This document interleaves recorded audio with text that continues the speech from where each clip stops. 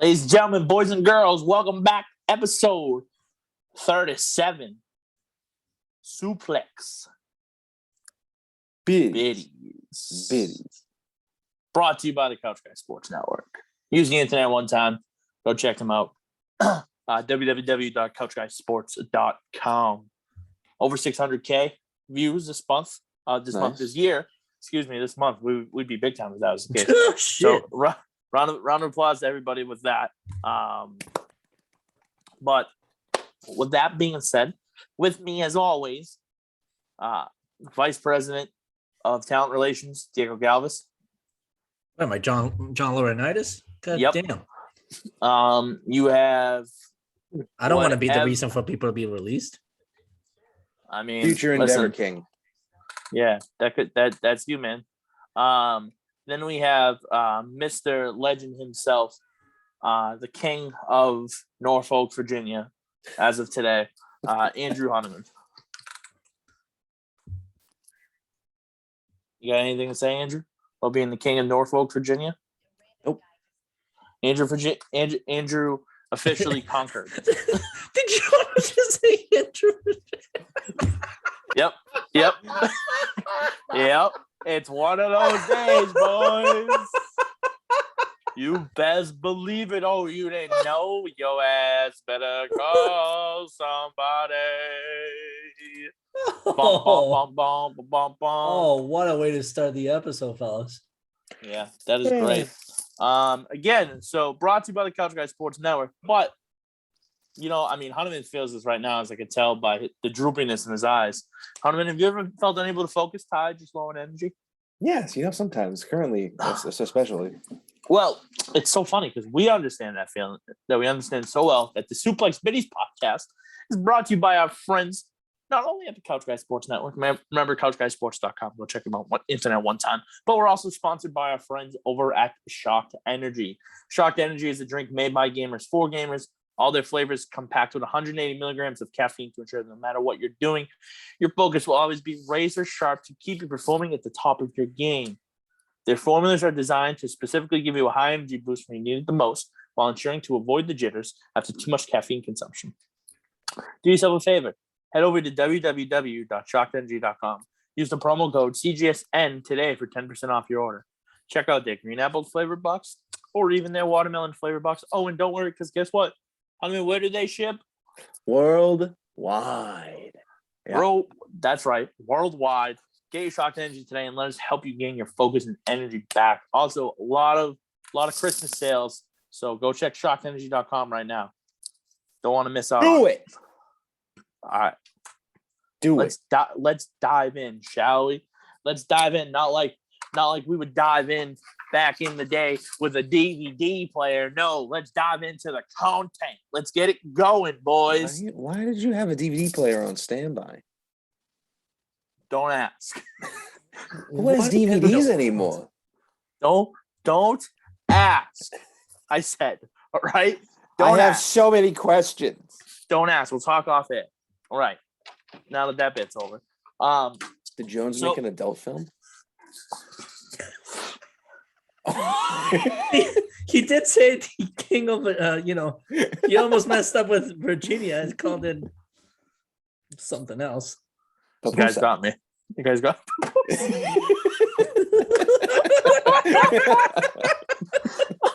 Oh, you guys caught me red-handed. I can only imagine the thumbnail, the title. Oh, we're screwed. Jones makes adult movies?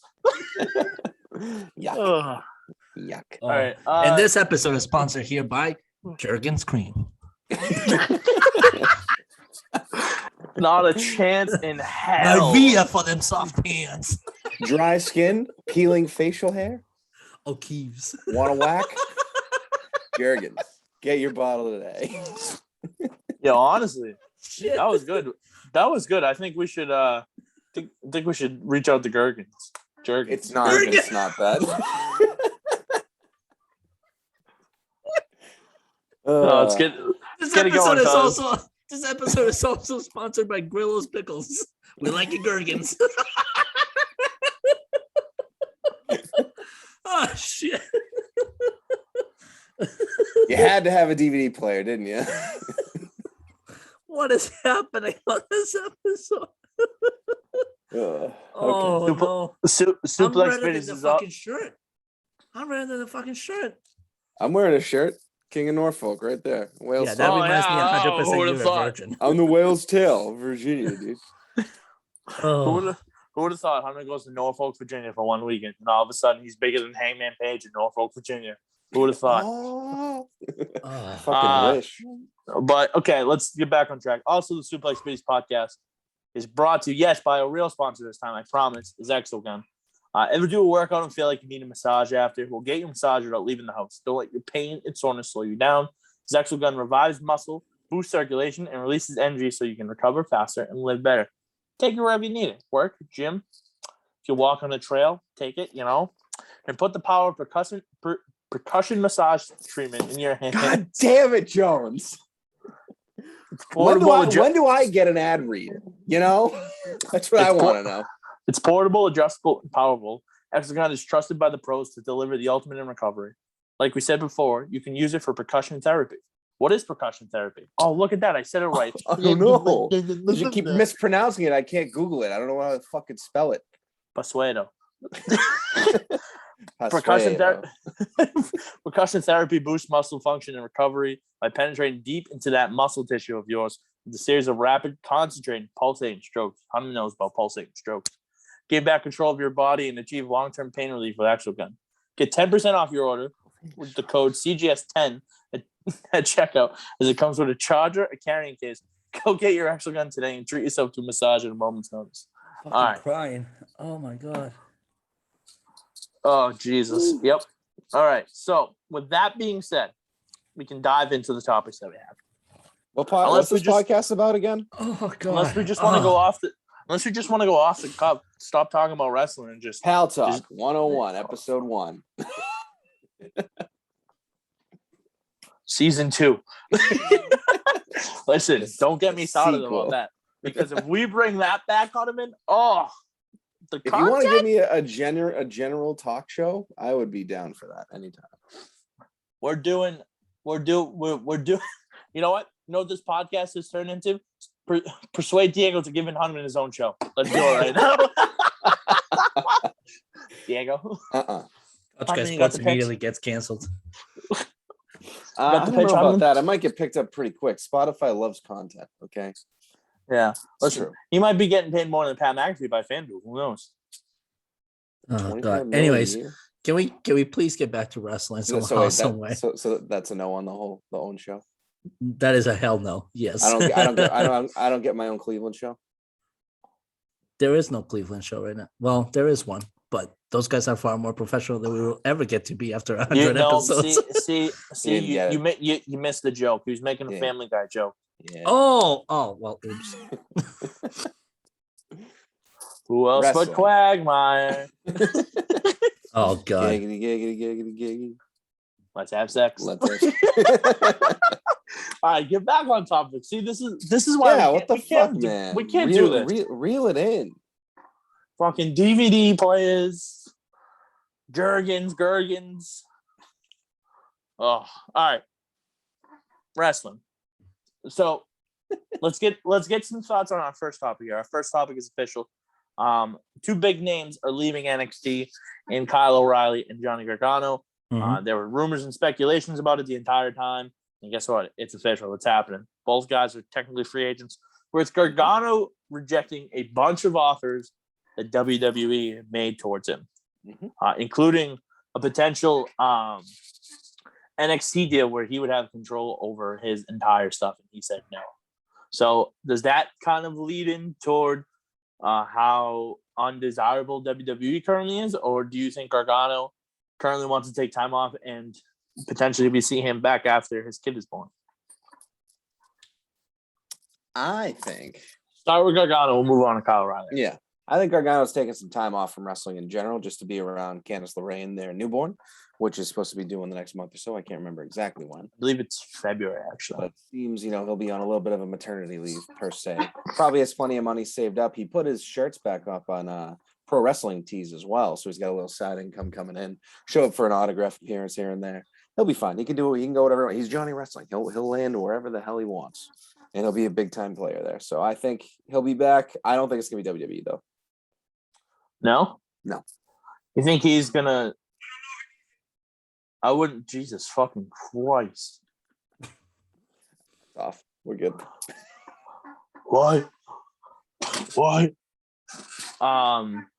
Do we think he's like AEW bound, or do you think like New Japan-esque?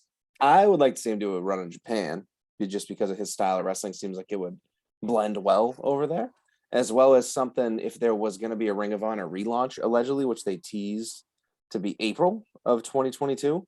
If that's actually a thing, it'd be cool to have a couple guys pop up there, even if he does like a short-term deal to kind of give him some mainstream appeal for the relaunch or whatever they're going to go for. He's done it all in NXT, and if he goes to the main roster, you know what's going to happen? Nothing. So if he's smart, if he's smart, he bolts and tries out elsewhere, because there's so many places to go these days. There's an abundance of wrestling content. It's absolutely ridiculous. So I mean, for me, 34, he'll be 35 in August. Still plenty of tires left on that truck. So personally, love to see him wrestle elsewhere. I think New Japan will be a fantastic spot for him. Mm-hmm. You know what I would like him to be?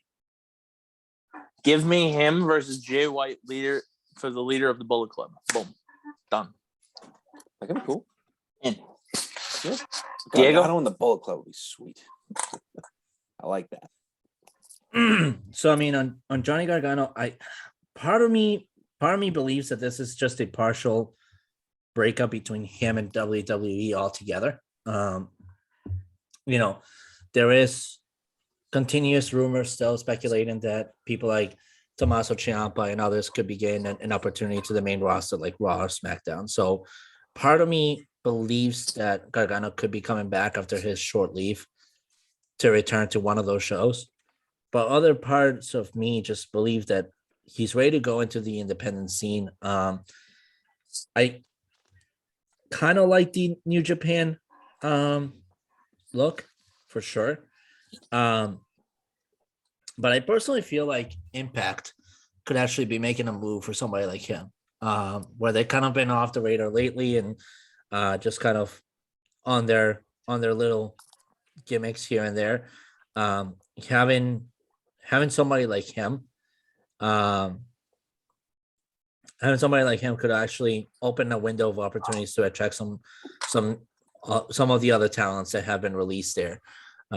So I personally think Impact is his number one landing zone after this.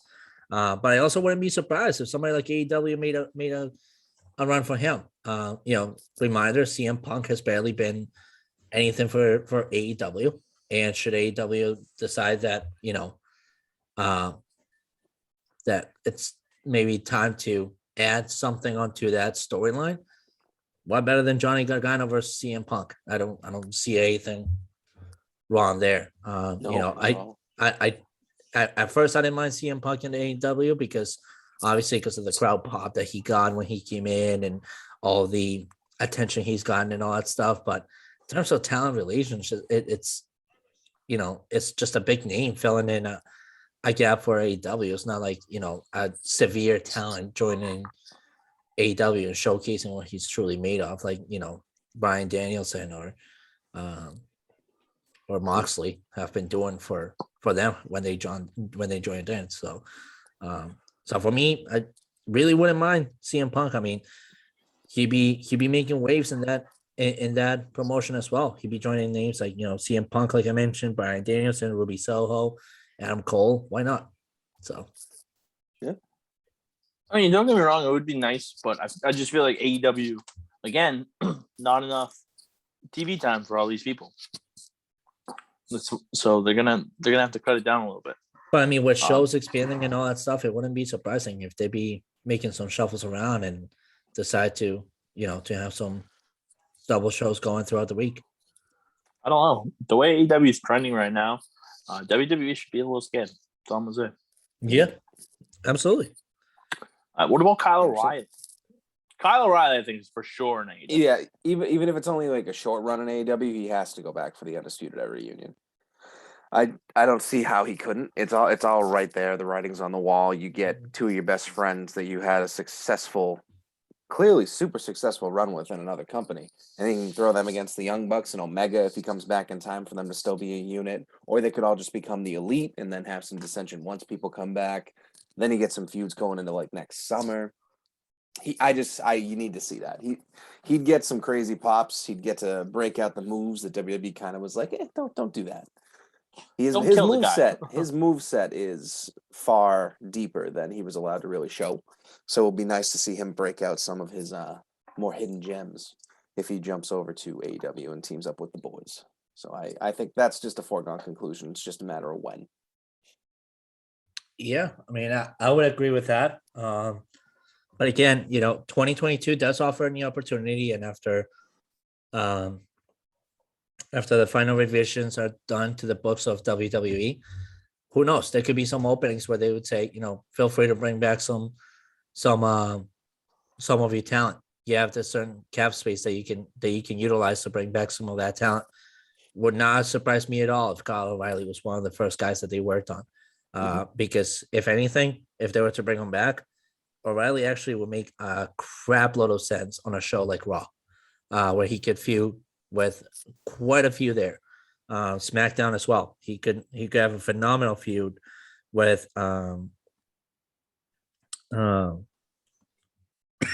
excuse me. He could have a phenomenal feud with the guys with the likes of Roman Reigns and others. But for me personally, I think his top destination, like I said, after reviews are done of the books of WWE, it would not surprise me if they said, here's your cap space that you can utilize for the next 3 to 5 years, and here's what you can offer out. Kyle O'Reilly would just make so much sense to have matches with people like, I mean, can you picture Kyle O'Reilly versus Seth Rollins? Or maybe even Kyle O'Reilly versus, I don't know, AJ Styles? That's a phenomenal card altogether right there. I would not be surprised at all if this is a guy that would absolutely make sense. Yeah. He's another one that I just worry about getting lost in the shuffle and just being another name just because of his size. But he does have that special charisma. And if you give him a title belt, he can play the air guitar on his way out, which people seem to love. I don't know what they're going to do. I hope they don't, I know there was rumored to be another round of releases, which seems to be the case every 3-4 weeks. Hopefully that's not the case and they actually do get their, ducks in order or whatever you want to call it. And maybe they do bring back some names. So Ring of Honor's whole, company's now in the free agency pool. So officially. Yeah. Lots of stuff going on. Yep. I don't know. I'm curious to see what direction both companies go in, honestly. I'm more so looking forward to seeing what it looks like for WWE more than anything. Just because, we sit here and we wonder what's going to happen. Like, we still need to see where Bray Wyatt's going. We still need to see where some big name free agents that are still out there are going. And for WWE, I mean, listen, I understand budget cuts and stuff like that, but if there's a chance to get some of these Ring of Honor guys, you freaking do it right away. I understand it might not be big household names, but getting them in either NXT or even having them just up on the main roster would be absolutely fantastic for you right now. Because real quick, AEW is slowly sliding their way up, in my opinion. And WWE stock is going way down. I understand day one, it's a new concept, but I don't know. I just don't know what to expect from it fully. One thing that I want to discuss, and someone made a real comparison to it. So the CM Punk versus MJF feud, great feud. Yeah. WWE, the WWE version of it right now is Edge versus The Miz. Well, yeah. What we is talked about that a few weeks ago? What is the better one? Which one do you think is going to be the better one? MJF Punk, Edge Miz. Punk and MJF, just because they can have a little bit more explicit language and kind of blur the lines a little more, which they're not afraid to do with the real life tie-ins. Edge and Miz is great, but then you think about the match itself. I'm still going to say Punk MJF because MJF's clearly a superb worker based on all those matches he's had with like Jungle Boy and Darby and everything like that. So I'm definitely going MJF Punk for feud of the winter because it seems like it's going to run through Revolution, which is their next big deal. There you go.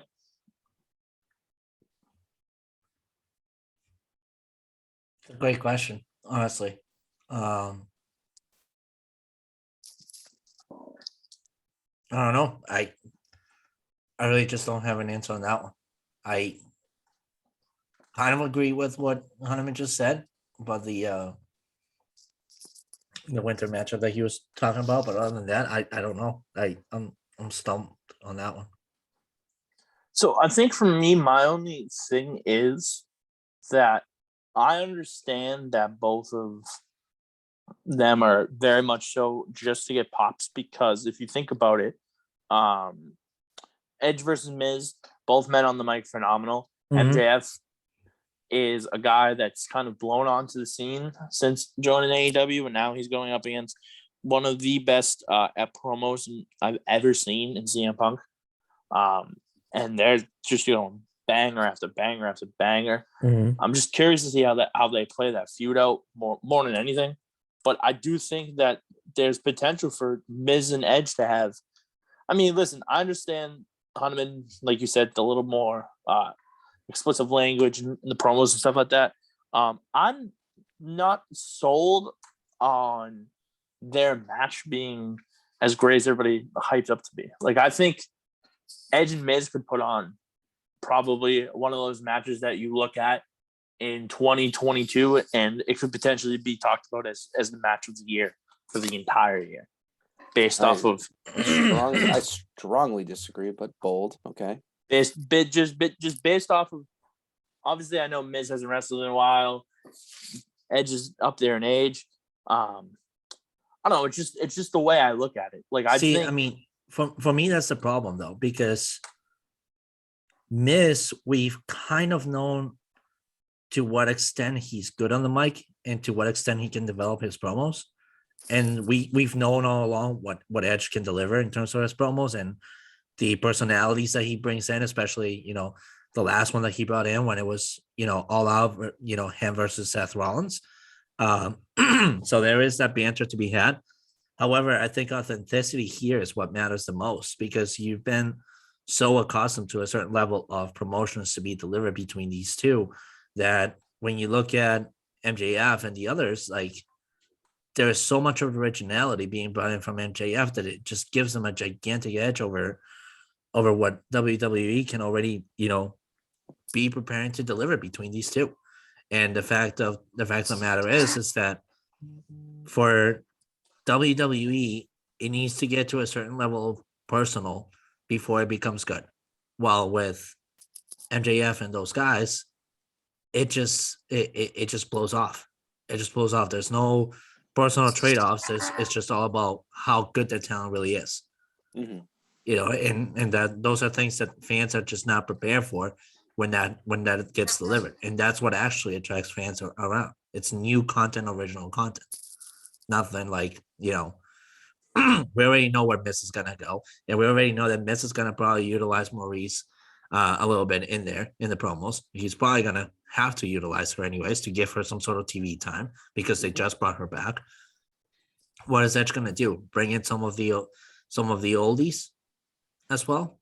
Beth Phoenix, and there's your mixed tag match. But so the bigger thing that I would look at too with their two feuds is AEW tends to have has had a better history of not letting feuds drag on too long.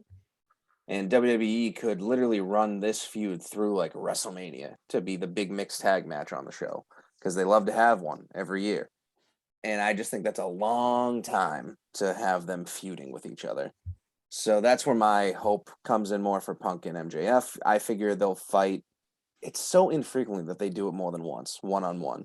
Obviously, there's exceptions like Christian and Omega from this past fall for the TNA Championship, and then the actual AEW World Championship. But you could see, I don't see that feud getting dragged out. I think they're going to get the most bang for their buck from the first probably month or so of the. I don't even know when they're supposed to fight at this point. I don't think they've even announced it. So we'll see if they just keep it fresh somehow. It'll be cool. But yeah, I don't have much faith in WWE not running it into the ground where you just get sick of seeing it, just like all the other freaking feuds, like McIntyre and Lashley. So when you say like that, I'm not disagreeing with you. More so what I'm saying is that if Miz and Edge are set for day one and it's just going to be a one-off and this is going to be their big thing, I just think there's potential for that match overall to be a little bit better than Punk and MJF. But don't you think they'll just have some screwy finish that kind of screws it up anyway? Potentially, yeah. But I mean, if it's a legit one-on-one and they don't do the usual WWE finish, I understand I'm putting too many eggs in that basket because it's WWE, but at the same time I have to have a little bit of hope. I actually talked to one of our close confidants, Rick Rufo, about this earlier today, and I was texting him about it actually because I knew we were going to talk about it on the show, and he actually got back to me while I was asleep and we lost Jones potentially. Oh, here he is. He said anyone who says MJF and Punk won't be who says Edge versus Miz will be better than Punk MJF is a fucking moron. So sorry. I mean, so it's not like Yeah, I mean, so again, like I said, if it's the usual WWE way where it's a screwy finish, I'll bite my tongue and I'll say I was wrong. But if it's an actual match and it's 1v1 and it's clean, there's no interference, no funky anything in it. Just my opinion for now. I think the only thing that can somewhat save for you, Jones, on that hope there between Edge and Miz is if we realize who's managing the aspect of that match. If it's current management or somebody like Triple H comes back in and gets into the fold of things and controls the management and the narrative of how that match goes. Because if Edge is the one if H is managing that, guaranteed it'll be beautiful new content, all out, actually good deliverance here by WWE.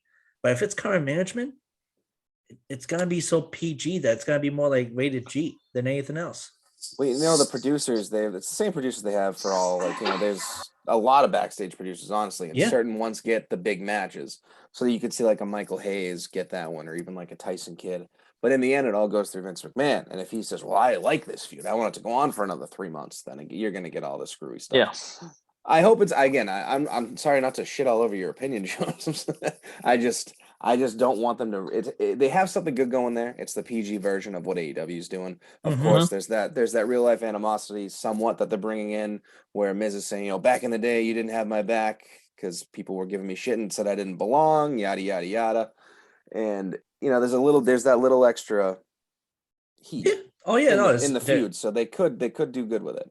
The content is there. It's just a deliverance, and yeah. It's so WWE again to just deliver just a standard that at this point it just becomes so stagnant, and that's why when you see week after week the viewership report, it's a dive all the way to the bottom of the pool because it's just stagnancy all across, and that's what I'm saying. That's why, like I said earlier, if it's somebody like Triple H coming back to actually govern how this match is going to go, what the promos are going to consist of, and how much content can be delivered, I am so all in. But if it's on the hands of Vince McMahon and writers like Michael Hayes to hope for the best, oh God, that storyline is just going to be dragged for 5 months past WrestleMania. Oh, we'll have to wait and see if it gets dragged past day one. I will come on the podcast and publicly apologize. I would say no. Say at least the Rumble. Give it at least that. The Rumble, okay. Yeah, I think that's fair. If it goes past that, okay. Yeah. I don't know. I just love Punk. Little bit worried about Punk in the ring, just a little bit. It's just nice that MJF's proved over and over again that he can go. So it's almost going to be like MJF's going to be that ring general spot that Punk used to fill back in the day. Carry everyone through it, and keep the wind and keep the thing moving at a smooth pace. And they'll have some cool storytelling, I'm sure. And then there's so much going on. But yeah, moving on. We'll see how it goes. All right. Speaking of AEW, let's get an AEW update. We haven't really done one of those since Hangman Page won the AEW World Title. Hunter, what's going on in the world of AEW? Besides, obviously, CM Punk and MJF. I mean, quite a lot. This coming week is going to be one of their bigger shows. It's almost like, I don't want to say it's like their end of the year bash, but it's going to be one of those winter is coming specials, which is where Kenny Omega beat Jon Moxley this time last year for the AEW World Championship. So this is going to be their big night. And you have Hangman versus... Good. Ding came, right? It was either, it could have been because they did the snow thing and all that. So that could make sense. I can't remember that timeline. But you got Hangman versus Danielson, which was again elevated this past week when you had John Silver and Danielson go at it in you know, a nice match, physical match.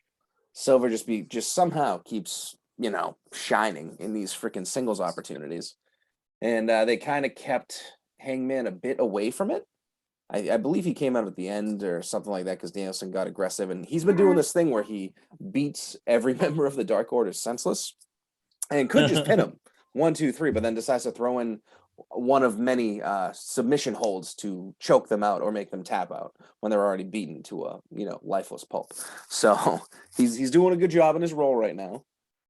You had Punk come out and do a nice little troll job of MJF's hometown.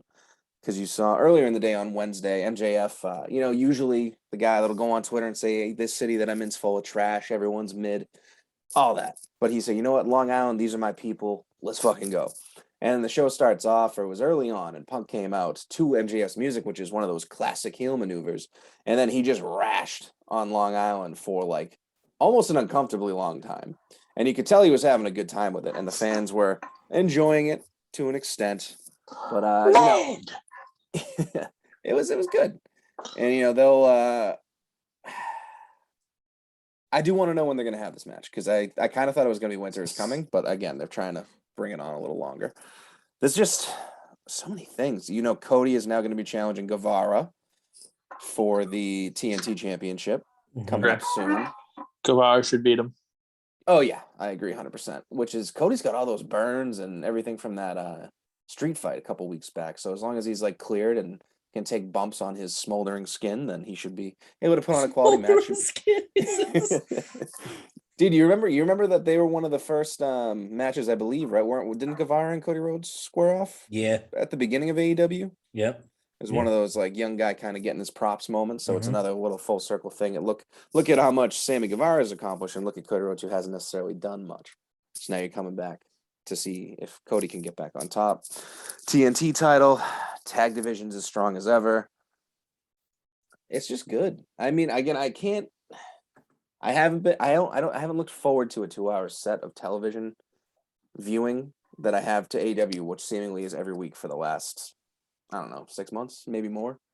So even Raw was pretty good this past week. And if they can keep up the pace that they were doing, you know, last Monday leading forward, great. But just AEW, I DVR it. I do whatever I can. I watch the highlights. I watch the pre-show stuff. They always have like Road to Dynamite that drops on YouTube like the day before or the afternoon of the show, showing you some storyline progression. Do you guys have anything that's been sticking out to yourself lately, rather than me ramble on for another 45 minutes about all the stuff I've enjoyed? One thing that I've seen stick out is the fact that every time I go to have dinner with my family now, my mom asks about the AEW Dynamite that are on the DVR recordings because of you.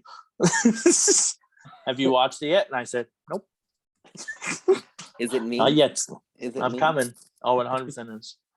Also, Hunneman, Lisa, thanks you in advance. She can now watch that new Sex in the City that's out on HBO Max because of you. I live to please, bro. Happy to help. But no, I mean, AEW's been great. I mean, again, Winter's Coming is going to be a big show. They usually do these television specials and they knock it right out the park. This is where I won't be surprised if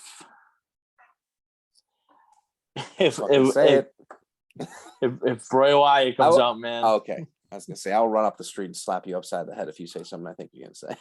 We're talking about Hangman losing the title? Yeah. Hangman will lose the title until MJF is ready for him. He's a placeholder for MJF, unfortunately. Oof. Okay. Sorry, go ahead. But no, I think in the main event, I think you're going to get the Dark Order and Hangman celebrating. He finally beat the Dragon, the American Dragon, Brian Danielson, and all of a sudden you're just going to see William Rotunda's music, and the Dark Order are not going to know what to do with him because it's Brody's guy, and they can just turn it into Brody sent me to be the leader of the Dark Order, and he just puts his hand up, and all of a sudden you just see John Silver going. Trembling in his little boots. Mm-hmm. So that's my bold take for winter is coming, but I doubt it. It has taken a lot longer than anticipated for him to land somewhere, so it's interesting to see what's actually going to freaking happen with all that. Yeah. And it's Wyndham Rotunda now. Don't forget. That's what I said. Wyndham Rotunda. Oh, okay. Yeah. Diego, any thoughts before we move into the final topic of episode 37? No, I'm actually just really interested again in that Cody versus Sammy Guevara match. I'm a big fan of Guevara, so I like the banter that's going to bring in. So I'm interested. I believe that one is either Christmas Eve or on Christmas Days. I think it's a Christmas Day episode. So they got a couple weeks to hype it up and maybe Christmas Day. So that Rampage then. Because Christmas Day is on Friday. It's the TNT title, I think so, because they like to have it on that show. Yeah. All right. Last Christmas, I'm just kidding. I gave you my heart. The final topic of the show. Speaking of the former WWE releases, it took a long time to get to where they're going. Adam Skerr, Braun Strowman, came out as the Ring of Honor pay-per-view, part of EC3's little gang. What were thoughts on that? Ring of Honor Final Battle had some cool surprises. It was a good show where they seemingly sent off the company. They've teased that it's going to come back, but there's a lot of special appearances, a lot of video messages from people that have been there over the years, like a guy like Punk, guys like the Young Bucks, Adam Cole, everything like that, and FTR made a nice little appearance, a little stare down with the Briscoes, which everyone is hype about. That's one of those matches they always wanted. Besides, FTR and the Young Bucks, there was also FTR and the Briscoe brothers. So it'll be nice to see them potentially get on some mainstream everything, because there's no way the Briscoes don't go to AEW. Yeah, no, there's just too many good matches to have. It'd be foolish not to, as long as they're going to open up the checkbook a little bit for them, because they do deserve it. They've been working their tails off for years. One day, I will see the Briscoes versus Gargano and Ciampa DIY. Oh, that'd be very one good. One day. I'll speak into existence. Do we have EC3's faction that he did the promo about when he came out? Because I'm blanking on it, and I had it earlier. It was something like Forge Your Destiny or Find Your something, and he has it was he came out at the end of the show, and it was his stable or whatever they're going to potentially do going forward. I'll tell you right now. Hold on, I'm looking it up. I had it somewhere too, and I closed the freaking tab. But obviously, Stroman showed up at Ring of Honor and towered over everything because he's just a monster of a man, no pun intended. Did you find it, Jones? No. Is it The Emergence? It could be. I can't remember the exact name of it because I didn't order the show. I just saw the highlights and everything. But him making his seemingly first appearance back on a major promotion, obviously, is a sign of things to come. I'm still waiting for him to end up in, TNA, because he just feels like such an Impact guy. And obviously EC3 was a huge Impact guy, so maybe they bring that stable that they... I think it's Free the Narrative, actually. That's what it Might is. Might be. Yep. Pretty sure that's what it is. I'm pretty sure that's what it is. Yep. I'm 99% sure you're right. Okay. So, I can't wait muscle. I can't wait till we get the Young Bucks versus Red Dragon. Mm-hmm. Dan Housen is a good one. Housen? I can't say his name right. Bandito is now a free agent again, too, who was a pretty big hot target for a lot of the companies, actually, but he decided to go to Ring of Honor for whatever reason, and he did good there. They're EC3 hopefully they maybe do a little promotional tour, and they just do more of that cross promoting. We'll see, though. I'm just curious to see where these Ring of Honor guys go now or anything. Honestly, the biggest domino to follow, you remember, was Jay Lethal, obviously, and he showed up on AEW already. Yep. But yeah, no, Adam Skerr is a good one. Where's he go? I mean, Kenny King's always been a favorite of mine since the old TNA days. Speaking of the old TNA days, just wants to do a little like RIP to Jimmy Rave, who seemingly passed away today. He was part of a tag team with Lance Hoyt back in the day in the TNA days when I first started watching it in like the 2002, 2003 range. That's who that was. Okay. Yeah. So RIP to him. The rock and roll something. Yep. With Christy Hemme. Yep, exactly. So RIP to that guy. A lot of outreach from the Twitter community of a bunch of wrestlers shouting out to him, saying how much of a great guy he was. So he'll be missed clearly in the industry. Where is Keith Lee going? He's still got his 90 day, I think, because he's not even close. Fuck. Where's Keith Lee? We'll find out. I still say AEW for him too, but again, they can't sign everybody. I'd say Impact. Yeah. That would be such a waste. Hey, you need to fill up your roster somehow. And there's actually, and I think we talked about it a little bit last week with AEW starting to seemingly have some contracts run out, so there could be some openings.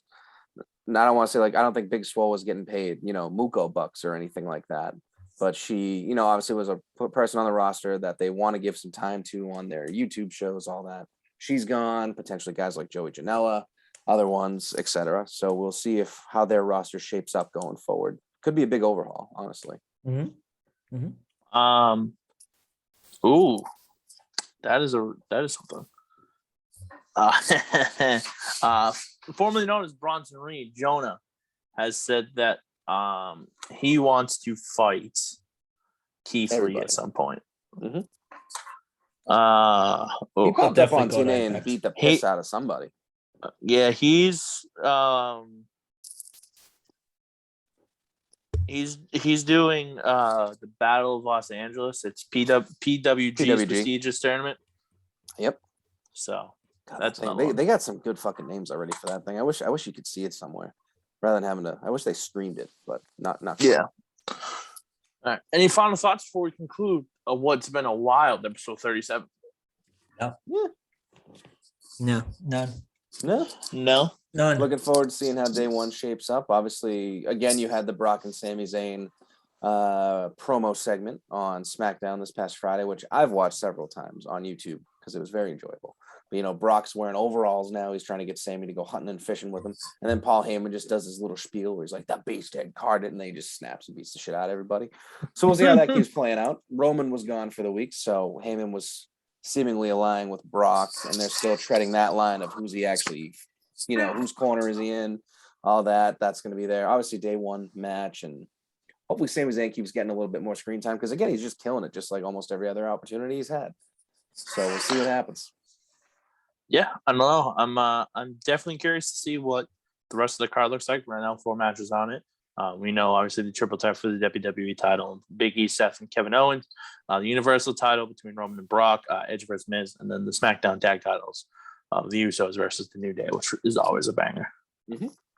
So just curious to see how the rest of this card looks because people have said that there's potential for this to be as good as New Year's Revolution used to be back in the day. Yep. But it's I don't know if they can stacked card for the most random pay-per-view. I don't know if they can top it in an Elimination Chamber though. But that's nothing's gonna top in that first cash-in moment. That was Edges to this day. Mm-hmm. All right. So with that being said, episode 37 in the books. Thank you, Coach Guy Sports. Make sure to use Nathan at one time. Check them out. Thank you to both our sponsors, Exogun and Shocked Energy. Thank you to our informal sponsors of Jergens and Gurgens. And we are signing off episode 37. And we will see you guys next week. See you. Yeah.